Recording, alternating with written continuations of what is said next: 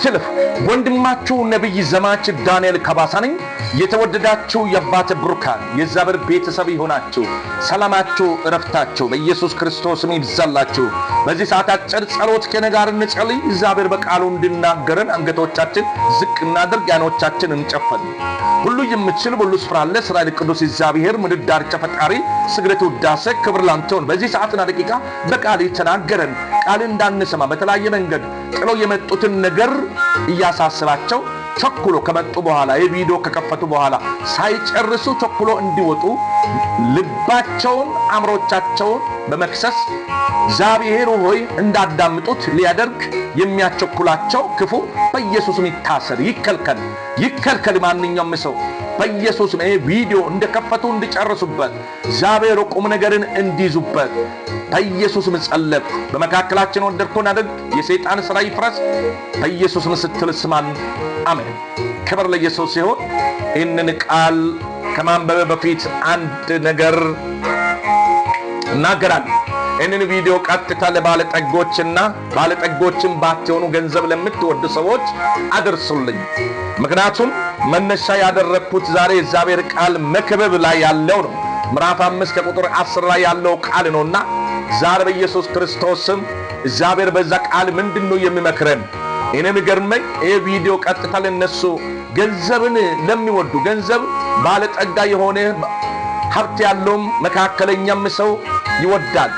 ነገር ግን ጓደኛህን፣ ወንድምህን፣ ኢትህን በገንዘብ ምክንያት የተለያየ ስፍራ ሄዳቸው ሰዎች ገንዘብ ወዳጆች እንደሆኑ ሰዎች ገንዘብ እንዴት እንደሚወዱ በተለያየ መንገድ የገንዘብን ፍቅር የሚያንጸባርቁበት ቦታ አለ። ይሄ ቦታ የት ነው ብትሉ ቀጥታ ምግብ ቤት ነው። በደንብ ስሙ። ምግብ ቤት ነው የምትፈትናቸው። ምግብ ቤት ሲገቡ እኔ ከፍላለሁ ይላል። አውቆ እኮ ነው ግን አይከፍልም። የማይከፍል ሰው ምን ይሆናል መሰለ? የማይከፍል ሰው ቶሎ ብሎ እጁን አይታጠብም። ቶሎ ብሎ ድንገት የሚከፍለው ሰው ላይታጠብ ይችላል። ግን አብዛኛ የማይከፍል ሰው ነው የማይታጠበው። ወዳላ የሚለው የሚከፍል ሰው ምን ይሆናል መሰለ? በደንብ ይሁን። ቀጥታ ቢሉን በመቀበል በእጁ ላይ ቢሉ ይቀበላል አስቀድሞ። ያኛው ጸጥ ይላል። ገንዘብ አትውደድ። የትኛውም ስፍራ ለመሄድ ለታክሲ መሆን እኔ ከፍላለሁ ቆይ ይላል። አውቆ ያኛ ከከፈለ በኋላ ቁጭ ብሎ በታክሲ ሲሄድ የሚያውቀው ሰው እኮ ይወርዳል። ከዛ ደግሞ እሱ እንደወረደ መክፈል ትችላለህ እኮ ውስጥ ያለ ሰው አውቆ ገንዘብ አትውደዱ። የትኛው ምግብ ቤት ስትሄዱ ተመልከቱ። ሰዎች እንደዛ ናቸው። የእግዚአብሔር ቃል ግን ለኛ ምን ይላል? እንስማ። መክብብ ምዕራፍ 5 ከቁጥር 10 ላይ በኢየሱስ ስም አነባለሁ። እንዲህ ነው የሚለው፣ ገንዘብን የሚወድ ገንዘብን አይጠቅምም፣ ብልጽግናን የሚወድ በትርፉ አይረካም። ይህ ከንቱ ነው። ሀብት በበዛ ቁጥር ተጠቃሚ ይበዛል። በዓይኑ ብቻ ከማየት በቀረ ታዲያ ለባለቤቱ ምን ይጠቅመዋል? ይላል። ምን ይጠቅመዋል? በዓይኑ ብቻ ከማየት በቀረ ምን ይጠቅመዋል? ዛሬ አንዳንድ ባለጸጋ እኮ ጌታን የሚፈራ በእውነት እግዚአብሔር የባረካቸው ባለጸጎች ሁሉም እኮ አይደለም። እግዚአብሔር ሰው እኮ ምስኪኑን የሚያዩ እኮ አንዳንድ ባለጸጋ 5 ሳንቲም አወጣ እንኳን ምሳሌ ጋብዛችሁ 5 ሳንቲም አውጥቶ አይሰጥም። ግን የምትሰጡ እግዚአብሔር ይባርካችሁ። ባለ ሀብቶች አላችሁ አቃል የምትሰጡ የምትለግሱ እውነት ቀን ይሆናችሁ። የተቸገረውን ካያችሁ የተቸገረውን ሰው የምትረዱ ተባረኩ። ባለጠጋዎች በእውነት ስማችሁን አልጠራም። የተባረካችሁ ሰዎች ናችሁ እናንተ ምስኪኑን የምታስቡ የምትረዱ ሰዎች። አንድ ባለጸጋ ይዞ መሄድ ይመስለዋል። ይዘ አትድን። መልካም ነገር ያድርግ። እግዚአብሔር የሚወደው ነገር ስራ። በሀብት ጌታ አክብር። አንዱ በሀብቱም ጌታን የማከብር ያለ ያከማቻል፣ ይሮጣል፣ ይሄዳል። እንደ ቃሉ ማድረግ ያለበት ነገር አደርግም። አንዱ ግን ብሊ ነው። ብር እንደማልፍ አምኖ ምስኪኑን ይጎበኛል። ባለጠጋዎች እናንተ የምትረዱ ጌታ ይባርካችሁ። አሁንም ጸጋ ያብዛላችሁ እግዚአብሔር። ማትረዱ እርዱ።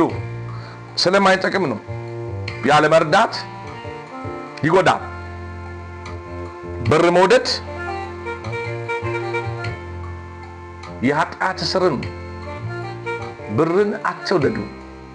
ግን የተቸገረው ስታስቡ በእግዚአብሔር ዘንድ በእግዚአብሔር መዝገብ እንደሚመዘገብ ታውቃላችሁ። መዝገባ እንዳለ ታውቃላችሁ። በምድር ላይ ሰዎች መልካም ነገር ሲያደርጉ እግዚአብሔር አይቶ ዝም በሚል ይመስልሃል? በሰጠ ልክ ነው የምትቀበለው። በሰጠ ልክ ነው የምትቀበለው። ባደረግከው መልካምነት ልክ ነው የምትቀበለው። ዛሬ በኢየሱስ ክርስቶስ ስም እግዚአብሔር የረዳችሁ ያገዛችሁ ባለጸጋ የሆናችሁ እናንተ አንዳንዶቻችሁ ምስኪኖቹን አትረዱ፣ ረዱ ምስኪኖቹን፣ በመንገድ ላይ የተጣሉትን። በቀን ስንት ጊዜ ነው ለአንድ ምስኪን ለምስኪኑ አስበ ከቤት ወጥተህ ታውቀዋለህ?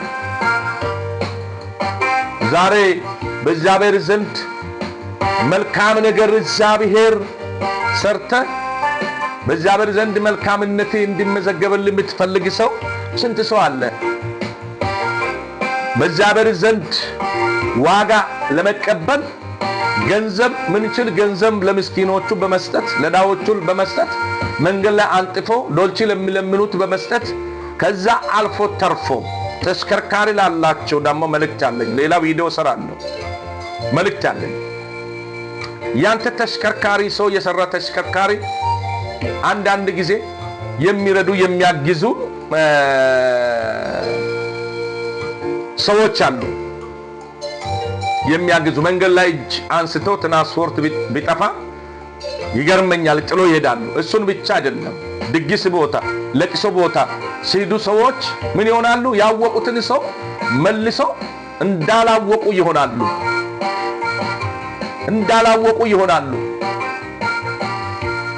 አውቃቸዋል። እንዳላወቁ ይሆናል። ለምን ይዘት ይሄዳል እንደ ምን ፍርሃት አለብህ? ኋላ ጥቃቴ ያመጣኛል ብለህ አስበህ ነው ያላወቅከው ሰው ማትጭኖ ለዛ ይመስለኛል። ግን ያወቅከው ሰው ያወቃችሁት አድራሻቸውን የምታውቁ መቼ ይዛችሁ ትሄዳላችሁ? መኪና ክፍት እየሄደ ነው። እኔ ገርመኛል እኮ መኪናቸው ክፍት ይሄዳል። አንዱ የተባረከ ደግሞ ከለቅሶ ቦታም ሆነ ከየትኛውም ስፍራ ይወስዳል። እናንተ ግን እልፍ ብላችሁ ስትሄዱ በዛ ሰዓት እግዚአብሔር ይስጥልን ማለት ላንተ ቀላል ይመስልሃል? እንን ስላለመዳችሁ መኪና እንደ እንቁ ይዛችሁ እንደ እንቁ እምነትህን ያዝ። መኪና አያስመልጥህም፣ ከሞት አድንህም። ከሞት የሚያድን የምትሰራ ስራ መሆኑን እወቅ። ከሞት የሚያድን የምንሰራ ስራ እንጂ የያዘነው ቆርቆሮ አይደለም። ቆርቆሮ ይበሰብሳል፣ አንድ ቀን ተጋጭቶ ይጋያል፣ ይጠፋል። ግን መልካም ነገር የምታደርጉ ሰዎች እናንተ በኢየሱስ የተባረካችሁ ሰዎች ናችሁ። እንደዛ በዛ ልክ በመንገድ ላይ ምስጋና ለመቀበል ሆን ብሎ የሚወጡ ሰዎች ሊኖሩ ይችላሉ። ሆን ብሎ መኪና እየነዱ ችግርተኛውን ዛሬ አንድ ቦታ እጁን የሚያነሳን አነሳለሁ የሚል ጊዜ ካላቸው እንደዛ የሚሄዱ ሰዎች ሊኖሩ ይችላሉ። በዓለም ላይ እኮ ነው የምንላቸው። የሚያውቃቸው ጌታ ነው፣ ሰዎች አያውቃቸውም። እግዚአብሔር ይባርካችሁ። መልካም አድርጉ፣ ገንዘብን አትውደዱ። አመሰግናለሁ። ይህንን ሼር አድርጉ፣ ኮፕሊንክ አድርጉ። መልካም ሌሊት፣ መልካም ምሽት ይሁንላችሁ። እግዚአብሔር ዘመናችሁ ይባርክ። ተባረኩልኝ። አመሰግናለሁ።